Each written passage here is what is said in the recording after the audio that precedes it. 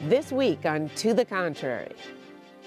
First, a spike in transgender hate crimes? Then, are female CEOs targeted unfairly? Behind the headlines, bringing more African American women into STEM fields.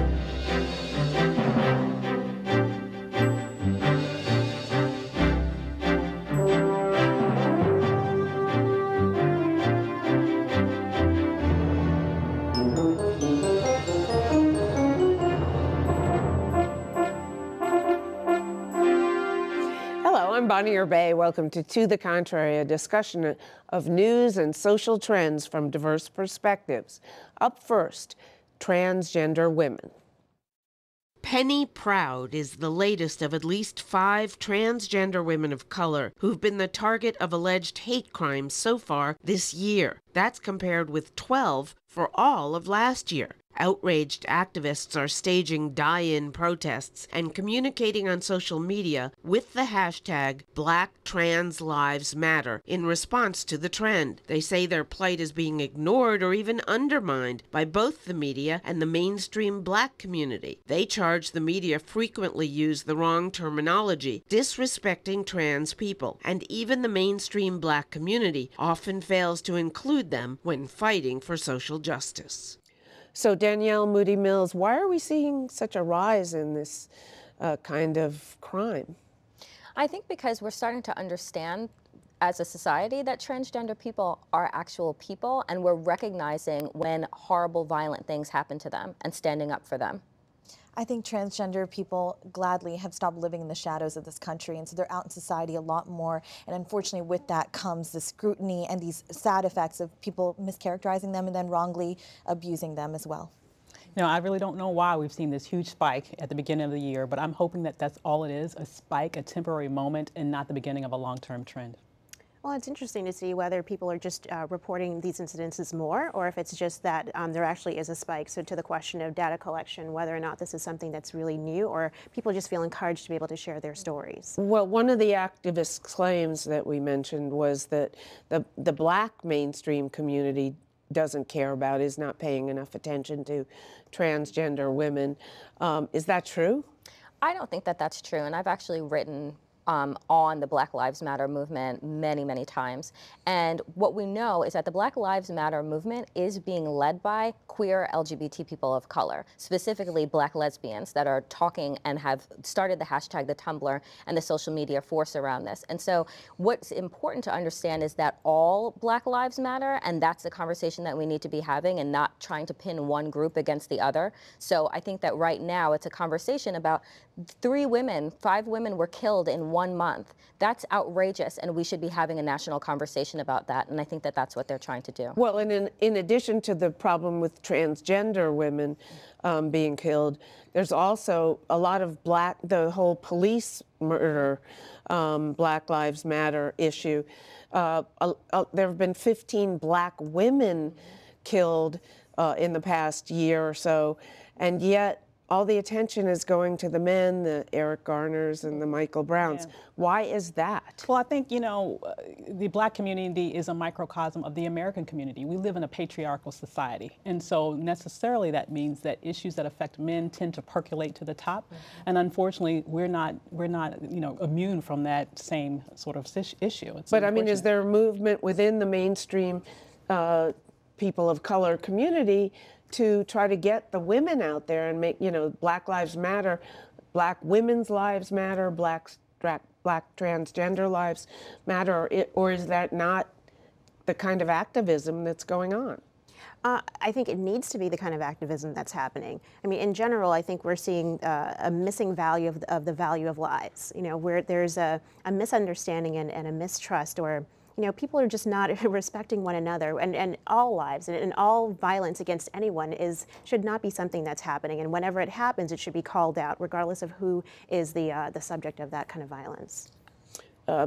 So, but you were saying, living in a patriarchal society, how much is the media at fault? Well, I think the media is very much at fault. I mean, there is a narrative that Black equals male, woman equals white.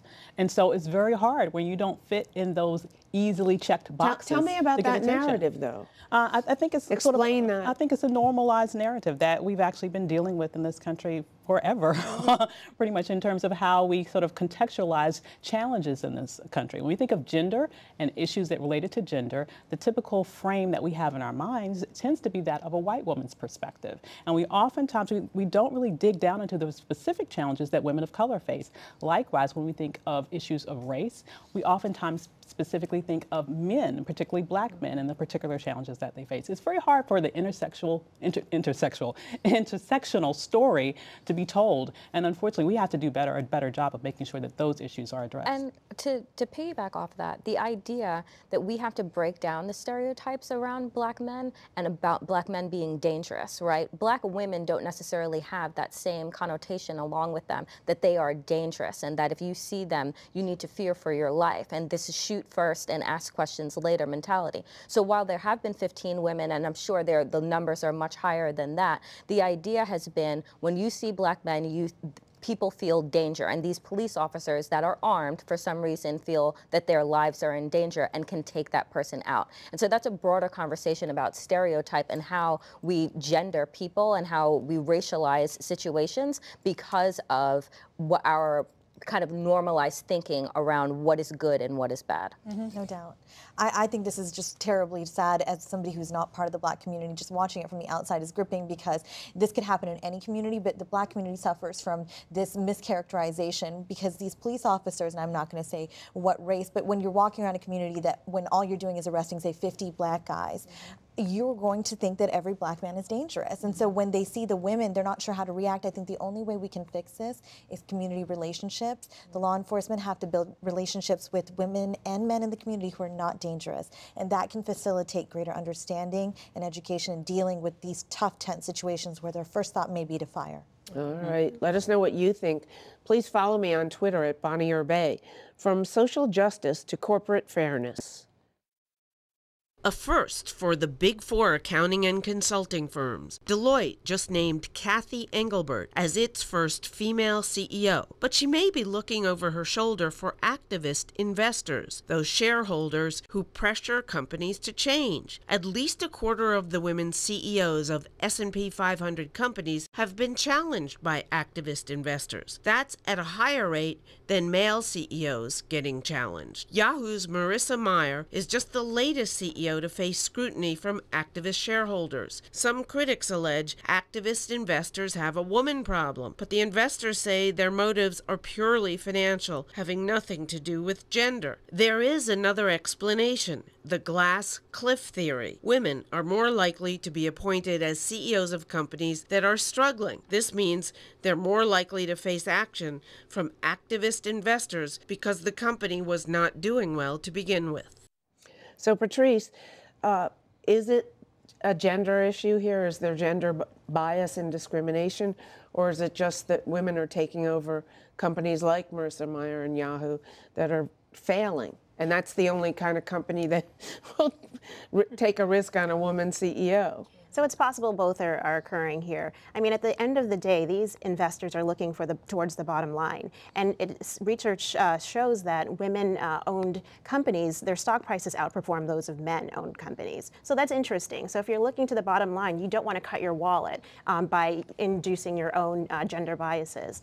But at the same time, if women are getting into some of the struggling companies, we're going to cheer on the gladiators. I mean, to all those women who are able to turn around a company, that says that someone believes that we are capable and able to draw on the unique abilities that we have to really get something done. But that's an unfortunate reality. It's an unfortunate reality that women face. It's an unfortunate reality that people of color face, that oftentimes when you're appointed to these positions, you're in a situation where the company is already at peril. I mean, frankly, look at the President of the United States. Look at what happened with the previous president. I mean, would we even have a black president if we didn't have a president that right before him took this country to the brink?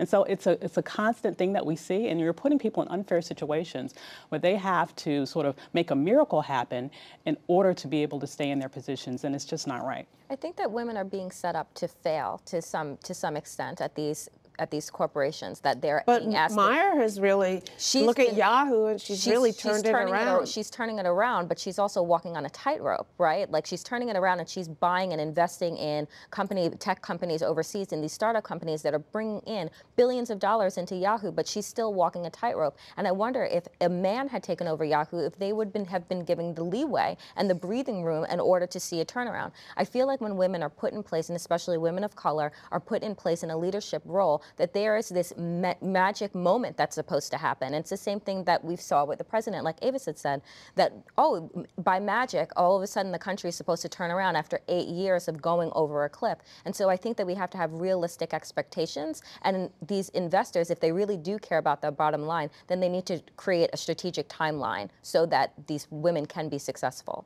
What about Indra Nooyi at PepsiCo? Well, Indra Nooyi at PepsiCo came in under some different circumstances than Marissa Mayer over at Yahoo did. Marissa came under this banner of how is she going to manage work life, children, the office, being the head of this massive thing. Indra is older. She's sort of, people look at her as wiser. She's also an immigrant woman as well, a woman who comes from, a lot of Indian Americans are perceived to be in these highly intellectual roles, so she's earned her way there instead of just stepping into something because there was somebody who wasn't capable of the job. But I think overall, yes, we've set up. Did she face activism? I don't think she's faced it nearly as bad as any other woman CEO. I think she's had a good part of that because she hasn't faced it. And I think it's because she's also older too. And I think that's helped. People are sort of like, well, she's wiser and she's had some real successes, but let's not forget that she's just an anomaly here. But you know, when you're talking about companies like Pepsi and Coca-Cola, did she also help by the fact that so much of the market, I mean, I imagine that they're selling more bottles of Pepsi in India than than they are in the U.S. Well, I think that there's certainly an element to that. There's the global sphere that we're looking at it in, whereas our American CEOs, we're sort of holding them in more because of the societal shift we're having right now and seeing women wanting to be more and wanting to be more than a house mother, you know, a homemaker. But I think, yes, you're certainly right. The global CEO has less of a challenge than our American CEO. And I think what we're unfortunately doing to these women CEOs is waiting for them to fail. I'm waiting for the headline that says Marissa just couldn't do it, and so she's on her way out. The investors have said she can't do it. The activist investor, though, I think it comes down to this. The mentality still exists, and it's a 1950s thing that women are nurturers. They're not going to really react badly. They're not going to be brash. They're not going to be aggressive and abrasive. And I think that's false. I think there are enough women out there who are aggressive and going to go get it and going to fight back at investors who are going to say she's not going to fight when we put up a fight to her. What's the best way to deal with activist investors as a woman? And I noticed, for example, at HB, Meg Whitman put one on her board. I mean, I can't imagine why I would want to put someone on my board who wants to take me out. I mean, you put them on because they're going to bring some sort of weight to the job. Maybe they'll be able to bring finances or resources. Maybe there's some sort of long-term play there. I mean, but I imagine, and I don't know for a fact, but she put the person on the board to shut the person up, essentially, right? Yes. I mean, aren't there better? Can't you buy out their stock out from under them or something? Well, typically they own the majority, and even a little bit more than that in terms of the stock ownership. So, I mean, it's hard to, unless you can really raise that kind of capital and remove them, I think it's difficult. I'm not sure when you have huge companies like HP that are highly capitalized, a lot of them own like 3 or 4%, and that's a huge, that may be $1 billion worth of stock, but it's not more than half. Yeah, but it's also, you never know what other, types of connections that person has. I'm sure there are political reasons that are behind the scenes that we are unaware of that made her do that, because I can assure you that probably wasn't a very easy decision for her to do. But I think, though, that it was a smart one, because if you're on a board, then you have a certain responsibility to the success of that organization, of that corporation. And I think that by doing that, it's like, okay, if you're putting your money where your mouth is, let's put your leadership and your thought and your strategy where your mouth is as well. And I think that doing that was probably the shrewdest and smartest move that she could have made. Do you think a woman CEO is more likely to react that way than a man? Probably, because a man, I think, is more likely to walk away when something gets tough, or try and shut that person down rather than bring them in. And I think that is why women CEOs are more successful. I see the opposite, but I think it's a good tactic. Like you said, it's the best tactic. I think we're still perceived largely to see women as I'll walk away from it. Let's gently deal with this instead of aggressively. I think what we've traditionally seen is men who are abrasive, not afraid to sit face to face with that person and have that tough conversation. But you're right, women are changing. So it's a good thing. And so are men. Behind the headlines, women make up 27% of the STEM, or science, technology, engineering, and math workforce. African American women represent fewer than 5% of that group. As part of our Black History Month coverage, we look at the lack of diversity in those industries. I had never seen a black female engineer until I was in graduate school. I went to the NSBE conference, and so if I saw a professional woman in a suit, I was just so happy. That was very important to me to know that at least they existed. Dr. Pamela McCauley was recently honored as Black Engineer of the Year. She's one of a handful of African American women who are tenured engineering professors in the U.S. McCauley lectures at schools nationwide about overcoming obstacles. As a teen mom from a small town, she didn't let her circumstances destroy her dreams. We need to provide exposure for our children, because even though I'd never seen a black female engineer, something inside me made me believe that I could do it. 1 in 7 engineers is a woman, according to a 2011 report by the U.S. Department of Commerce. Women hold less than 30% of computer science jobs. Researchers found that while some women associate careers in STEM with white males, others already established in the field leave, partly due to hostile work environments and discrimination. We don't feel like it's a career for women. African American women are 2% of the engineers today. Most disconcerting is when they leave the field because they may feel marginalized or don't feel like they really have the opportunities that some of their counterparts have. And I'm saying, don't go. Don't go. I say, you survive rigid body mechanics, statics and dynamics, thermodynamics, Calc 1, 2, and 3. Where are you going? If you survive those things, it is possible to figure out how to manage and navigate through your career. Retention is not just an issue in the workplace, it's also a problem in schools. McCauley suggests encouraging girls to take science and math classes at an early age. You'll see 2nd and 3rd grade girls running around saying they're going to be an astronaut and a doctor and do all these wonderful things. Oh, and by the way, I'm going to be Miss America too. They have that very open and receptive mindset and are very willing to consider the more technical and challenging professions. McCauley says in middle school, girls' perceptions change, and they may not see engineering and technical fields as good professions for them. Help them understand how relevant it is. I mean, the color of my lipstick, you know, the science went into this.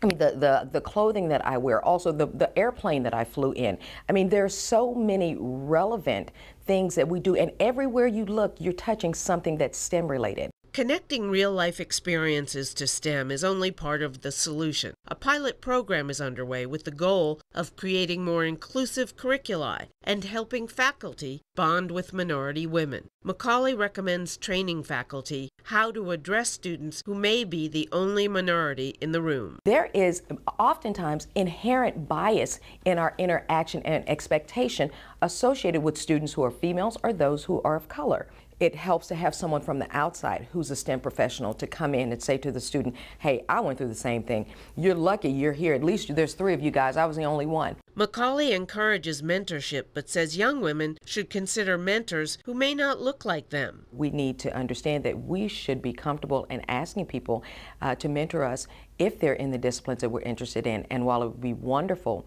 if you could have a black female, if you're a black female, to mentor you because she can help you understand certain things that you as only a black woman may experience, it's important not to limit ourselves to that. Though the numbers are quite low, the number of women of color entering STEM fields is on the rise. Of the 30 fastest growing professions, 15 are STEM related. The salaries are very competitive, and there are opportunities for growth, and I'm hopeful that as we see more and more women of color and women and people of color in STEM professions, that you will start to see more of those glass ceilings broken. Amazing woman to Yes. come from that background and get where she's gotten to. Just amazing. Exactly. So why why aren't more young African American women doing that? Well, I think she hit the nail on the head. I think that when our girls are small, they see the world as their oyster, but something happens to them as they navigate through the educational system and their dreams get stunted. And we need to make sure that we reach out to young girls and let them know you can do anything. We expose them to different opportunities. We let them see how relevant things are. Organizations like Black Girls Code, for example, are very important. So we need to let them know that the sky's the limit. And then when they're in situations, make sure that they are supported so that they can stay there and thrive. Why is it, I would imagine that there are a lot more young Indian women in these fields and succeeding percentage-wise. Why Push is to that? it is the answer by parents who feel that careers in science, engineering, technology, maths, that is everything that an Indian American first-generation child should be pursuing. This story is deeply personal for me because I'm somebody who dropped out of engineering, and it was really, really hard. I wish I met her 10 years ago. It's just Why tough. did you drop out? I didn't feel there was a place for me. I didn't see anybody of color. In a class of Honors Engineering 101 in 2001, fall of 2001, I walk in, 30 people, 5 of us are female, and I'm the only person of color. Wow. And it was a major state school, and I loved every experience. I had a scholarship for the program. 3 years later, I dropped out. Wow. Wow.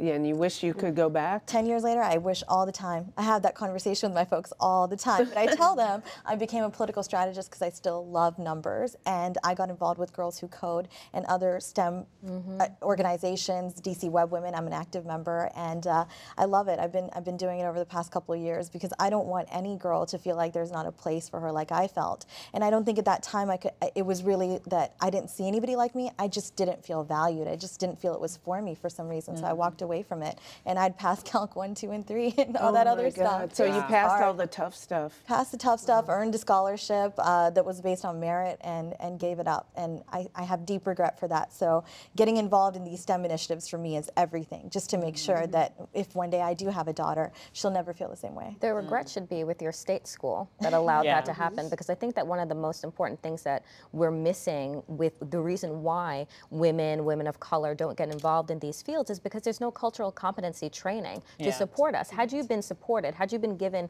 a mentor from walking in the door to cultivate you and to kind of walk you through emotionally the process of being the only one.